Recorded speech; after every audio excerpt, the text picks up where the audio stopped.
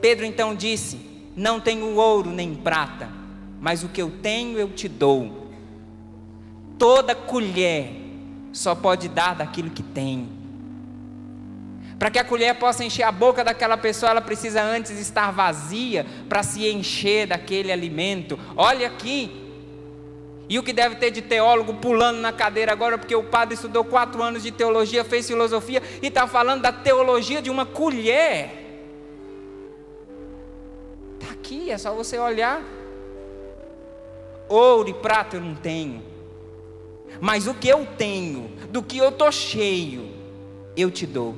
Em nome de Jesus Cristo Nazareno, levanta-te e anda. Eu não tenho ouro nem prata, eu não tenho esses poderes fantásticos, mas o que eu tenho eu te dou. Eu tenho o Senhor.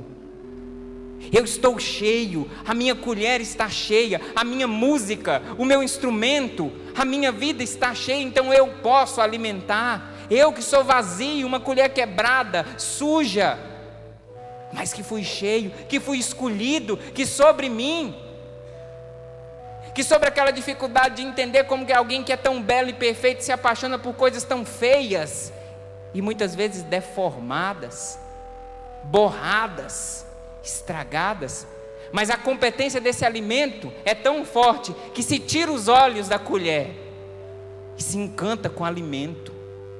O que nós precisamos ensinar as pessoas é tirar os olhos de nós, mas elas só vão tirar os olhos de nós quando elas estiverem alimentadas e souberem que melhor do que a colher é o que essa colher oferece.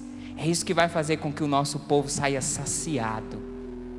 Olha aqui, ministros, Pedro e João nos ensinando que nós vamos levantar um povo capaz de reconhecer o triunfo de uma música quando a nossa colherzinha da nossa vida estiver cheia dele.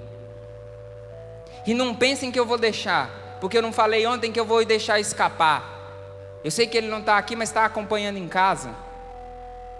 Uma colherzinha muito torta, chamada Monsenhor Jonas Abib. Pode aplaudir.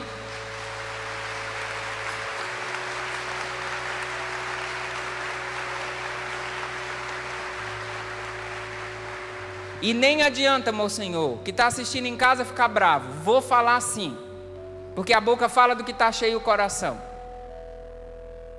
Aquela colher torta que nos encheu, que não sustentou só os próprios filhos, mas que teve tanto alimento para sustentar outros, que estendeu os braços e foi capaz de cirurgicamente administrar a sã doutrina e formou filhos fortes, capazes de suportar e de gerar uma música em meio à dor, capaz de apanhar na cara e pedir mais um pouco para fazer música. É a força de quem comunica aquilo que vive. Isso aqui foi só para você entender por que Pedro fez o discurso dizendo para o povo que estava olhando para ele. Pedro tinha o ministério de desviar os olhos da colher para o alimento, e Pedro vai fazer isso na nossa liturgia de hoje, quando faz com que aquele homem que pedia esmola para ele se alimentasse daquilo que ele tinha. Pedro é uma colher que oferece o alimento, como a lua que oferece a luz do sol, como o seu ministério deve ser reflexo de uma luz maior. Essas luzes que nos iluminam são muito pequenas, a luz que você traz é muito maior. O que encanta as pessoas é muito mais do que uma bonita maquiagem, uma bonita roupa. Eles querem a luz. Como nós nos encantamos com a luz da lua numa noite escura, mas que aquela luz vai se desfazendo porque ela preparou o caminho para uma luz maior.